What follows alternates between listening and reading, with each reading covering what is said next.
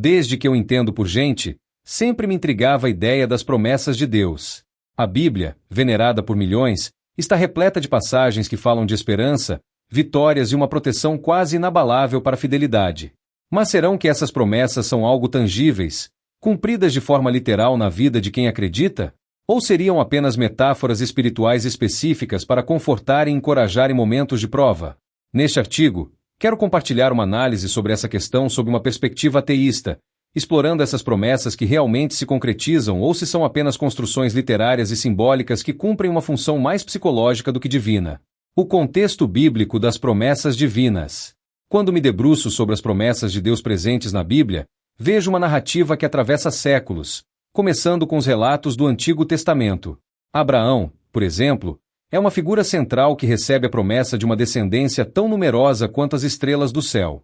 É uma imagem poderosa, mas que, quando lida sob um olhar mais cético, levanta questões sobre sua literalidade e aplicabilidade nos dias atuais. Ao pensar nisso, lembro-me das palavras de Richard Dawkins, que afirmou: "A fé é a grande desculpa, a grande evasão para escapar da necessidade de pensar e avaliar evidências." Será que, ao olhar para as promessas de Deus, muitos de nós buscamos uma zona de conforto emocional em vez de encarar a realidade? As promessas feitas a figuras como Moisés, que incluíram desde a libertação até a vitória em batalhas, têm um tom épico e inspirador. Mas até que ponto são fatos ou construções para manter o povo unido e esperançoso? No Novo Testamento, vejo um salto para promessas mais espirituais, como as de Jesus, que fala sobre a vida eterna e o reino dos céus para aqueles que creem e seguem suas palavras. Mas, para mim, como para muitos outros pensadores ateus, isso levanta questões sobre sua validade e origem. Sam Harris escreveu uma vez: "A necessidade humana por um consolo não prova que esse consolo existe." Isso me faz refletir: essas promessas foram criadas mais para preencher o vazio e a angústia existencial que todos, em algum momento, enfrentaremos. Essas promessas, sejam de paz, prosperidade ou vida eterna, podem ser vistas de duas formas. Ou são mensagens concretas, firmes como uma rocha na qual os crentes podem se apoiar, ou são metáforas que, embora belas e reconfortantes, nunca se destinaram a ser interpretadas literalmente. A partir de um olhar crítico, vejo como o discurso teológico às vezes transita entre esses dois entendimentos, adaptando as promessas ao contexto ou às situações. É impossível não pensar em Christopher Hitchens, que mencionou: "O que pode ser afirmado sem evidências, pode ser descartado sem evidências." Nesse sentido, quando leio as promessas bíblicas, me questiono: onde está a linha que separa a esperança da ilusão? É essa jornada que quero explorar, entendendo como as promessas divinas foram moldadas ao longo dos tempos e como elas são vistas por quem, como eu, enxerga a fé com um olhar mais questionador. A esperança como pilar de fé. Quando olho para a ideia de esperança na teologia cristã, vejo como ela se entrelaça profundamente com a promessa de que Deus sempre cumpre suas promessas. É uma afirmação reconfortante, que sustenta milhões de pessoas diante da incerteza e da adversidade.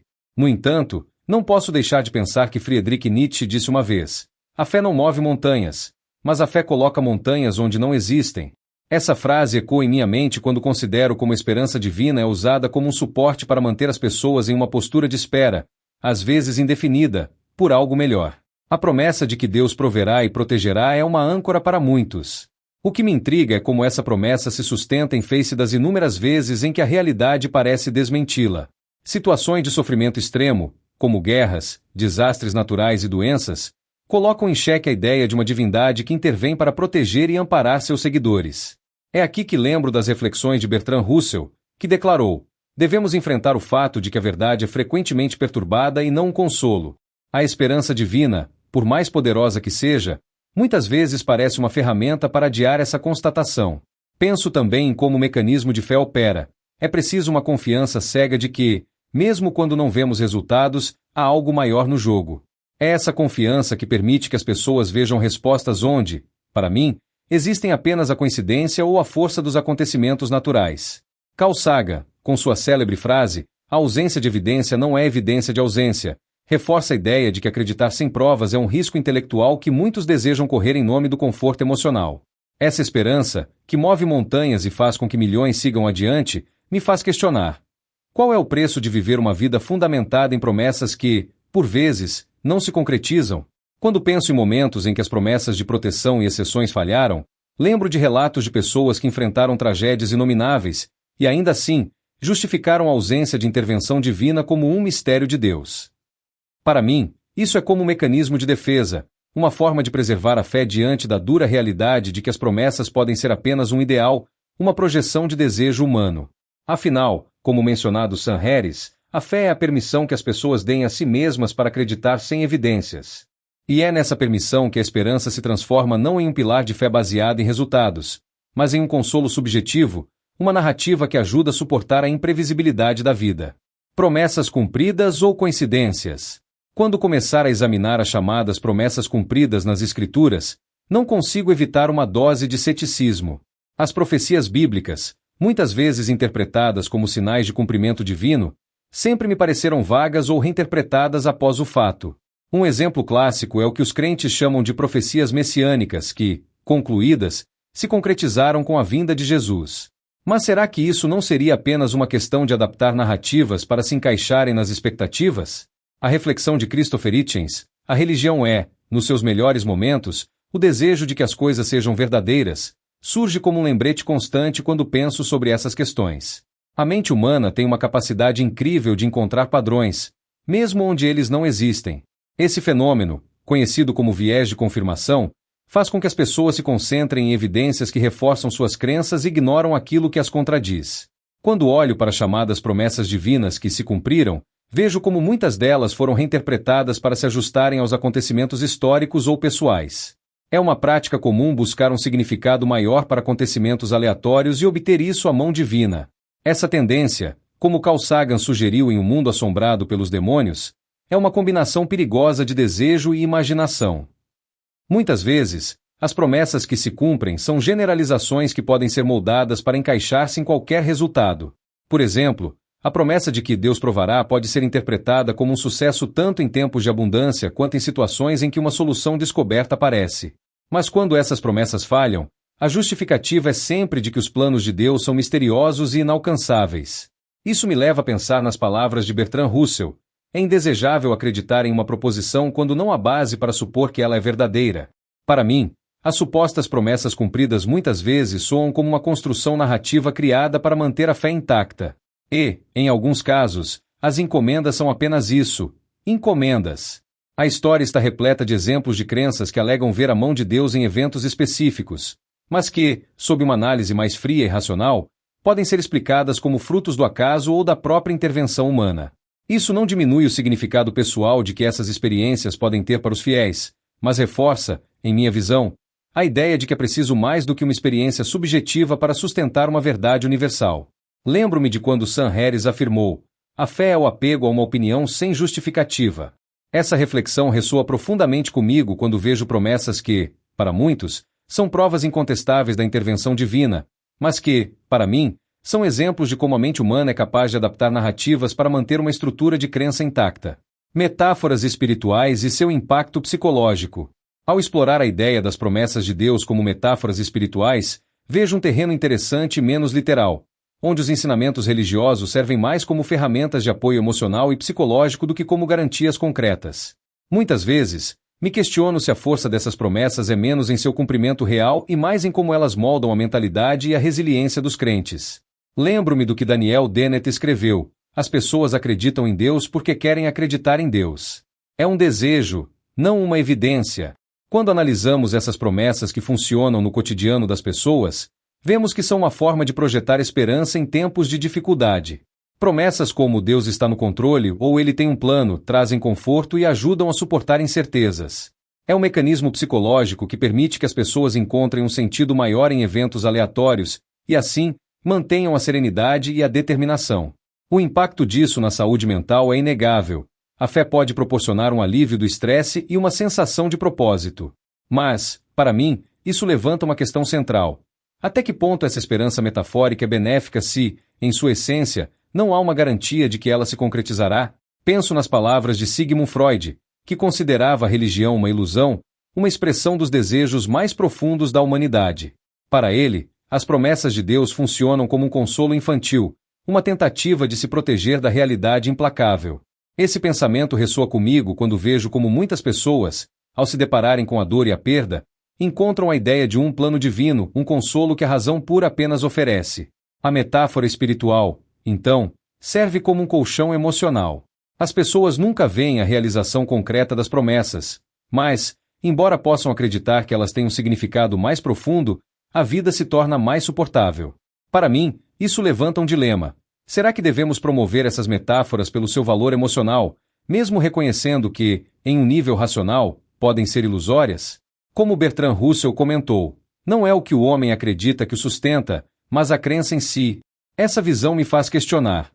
A promessa de Deus, em sua forma metafórica, é um mal necessário? Será que a humanidade precisa dessas narrativas para enfrentar o vazio existencial e o medo do desconhecido? Para muitos, a resposta é um sim retumbante. Mas, para mim, a busca por significado não deve ser sustentada por estarem infundadas, por mais confortantes que sejam. Ao final do dia, é uma escolha entre a verdade e o consolo, e entendo por que muitos escolhem o segundo. A dicotomia entre fé e realidade. Ao ponderar sobre a diferença entre as promessas divinas e a realidade, percebi que essa dicotomia é um dos maiores desafios para a fé religiosa. A promessa de uma vida plena e protegida, sob a supervisão de um ser benevolente, muitas vezes se choca com a dureza da existência cotidiana. Quando olho para o sofrimento humano e as tragédias que assolam indivíduos e comunidades, não consigo deixar de perguntar: onde estão as promessas? É aí que o pensamento de Christopher Hitchens se torna particularmente relevante. O que pode ser afirmado sem evidências, pode ser descartado sem evidências. A crença em promessas divinas leva muitas pessoas a encontrar esperança e força em momentos de adversidade. No entanto, quando confrontados com a realidade de um mundo onde a injustiça e o sofrimento são predominantes, é difícil para mim reconciliar a ideia de um Deus que faz promessas concretas com a evidência de um mundo indiferente. Essa dissonância é algo que muitos teólogos tentam explicar, mas as respostas muitas vezes soam como justificativas que fogem ao escrutínio lógico. Richard Dawkins, em Deus, um delírio, argumenta que as pessoas tendem a enxergar sinais de um plano divino onde existe apenas o caos e a aleatoriedade. Essa observação ressoa comigo quando vejo relatos de sobrevivência milagrosa em desastres, onde uma vida poupada é atribuída a uma intervenção divina, enquanto as muitas vidas perdidas são explicadas como parte de um mistério insondável. Esse tipo de cálculo, para mim, destaca a necessidade humana de moldar a realidade para que ela se encaixe em uma narrativa reconfortante. A dissonância entre fé e realidade também me lembra das palavras de Carl Sagan. É muito melhor compreender o universo como ele realmente é do que persistir na ilusão, por mais garantida e tranquilizadora que seja. A fé, com suas promessas, pode ser uma fonte de conforto e propósito, mas quando ela entra em conflito com as evidências da realidade, me questiono se ela realmente contribui para uma compreensão mais profunda da existência ou apenas para um senso de segurança ilusório. Por fim, o dilema entre aceitar a realidade em toda a sua complexidade e buscar refúgio nas promessas de um plano divino me parece central para entender o papel da fé. Para muitos, a escolha é clara: o consolo é mais importante do que a verdade. Para mim, no entanto, a busca por respostas que resistam ao teste da realidade sempre será mais útil. Prefiro um mundo onde as perguntas ainda estão abertas a um em que respostas simples sejam aceitas sem questionamento. Como Bertrand Russell disse, não se deve temer uma dúvida. É através dela que crescemos. A importância do questionário. Quando penso sobre as promessas de Deus e o papel que desempenha na vida de tantas pessoas, reconheço a importância de questionar essas ideias e refletir sobre suas implicações. Não é apenas uma questão de ceticismo por si só, mas uma busca genuína pela verdade, um desejo de entender essas promessas são algo mais do que apenas metáforas reconfortantes.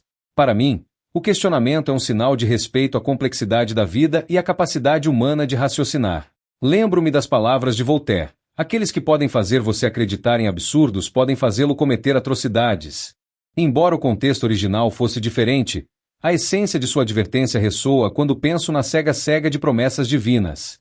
O questionamento me leva a considerar a validade e o impacto que essas promessas têm, tanto para indivíduos quanto para sociedades. Por um lado, há o poder da fé em unir e motivar. Por outro lado, existe o risco de deixar de enfrentar a realidade de forma honesta. As promessas de intervenção divina, como proteção e provisão, muitas vezes afastam as pessoas de agir por conta própria.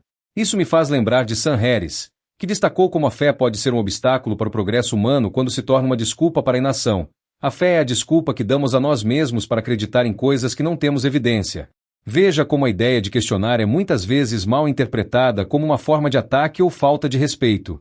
No entanto, para mim, questionar é um ato de curiosidade e buscar por algo mais profundo do que um conforto superficial. Richard Dawkins também ressaltou essa ideia ao afirmar: questionar é a base de toda compreensão verdadeira. Isso ecoa com a maneira como vemos a busca pelo entendimento do mundo ao meu redor, um processo contínuo e, muitas vezes, desafiador. Quando as promessas divinas são aceitas sem reflexão, há um risco de conformismo, de aceitar um status quo que talvez não reflita a verdade sobre o mundo e sobre nós mesmos. O questionamento, por outro lado, nos impulsiona a buscar respostas que não estejam apenas na superfície. Ele nos convida a enfrentar as realidades da existência com coragem, em vez de depender de promessas que podem ou não se materializarem. Para mim, é nesse espaço de dúvida e busca que a verdadeira liberdade de pensamento se manifeste. Voltar à ideia de que a fé em promessas divinas pode ser reconfortante, mas me questionar se esse conforto vale a pena quando compromete nossa capacidade de ver o mundo como ele é. Como Carl Sagan afirmou com sabedoria: eu não quero acreditar, eu quero saber. E é essa sede de conhecimento que continua a me motivar a questionar, desafiar e, acima de tudo, buscar uma compreensão mais autêntica e fundamentada da vida e do universo ao meu redor. Conclusão. Chegar ao final desta análise me leva a refletir sobre o papel multifacetado das promessas de Deus na vida humana. Ao longo de minha jornada intelectual e espiritual, percebi que essas promessas podem tanto inspirar esperança quanto perpetuar ilusões. Elas podem ser um alívio emocional em tempos de dificuldades, mas também podem representar uma forma de evitar um confronto honesto com a realidade. É uma linha tênue entre o que conforta e o que realmente nos permite crescer. Como observou Carl Sagan, é preferível encarar a verdade do universo em sua complexidade do que se apegar a ilusões confortáveis. Esse pensamento se tornou um pilar em minha busca pessoal por entendimento. Questionar as promessas de Deus não é um ato de desprezo, mas um desejo sincero de explorar as nuances da existência. Para mim, a verdadeira liberdade vem da capacidade de indagar, de recusar respostas simples e de buscar aquilo que resiste ao escrutínio da lógica e da experiência. A fé, embora tenha seu valor subjetivo e emocional, muitas vezes falha em fornecer uma base sólida quando posta à prova pela realidade. E é nesse ponto que acreditar ser fundamental manter uma postura crítica, não para destruir a fé de ninguém, mas para garantir que os fiéis sejam fruto de uma análise profunda e autêntica. Voltaire tinha razão quando alertou sobre os perigos de acreditar sem questionar, e Sam Harris complementou essa ideia ao mostrar como a fé pode se tornar um obstáculo para o progresso. Ao final de tudo, minha busca não é por respostas definitivas, mas por uma abordagem honesta da vida, onde as promessas de conforto não substituem a busca pelo que é real e verdadeiro. Termino com a verdade de que o questionamento não apenas deve ser permitido, mas incentivado. É ele que nos leva a um entendimento mais profundo e sincero de nossa própria existência. Como Bertrand Russell destacou, o medo da dúvida é que muitas vezes nos impede de alcançar um crescimento verdadeiro. E é justamente na dúvida que encontro a beleza e o desafio de ser humano.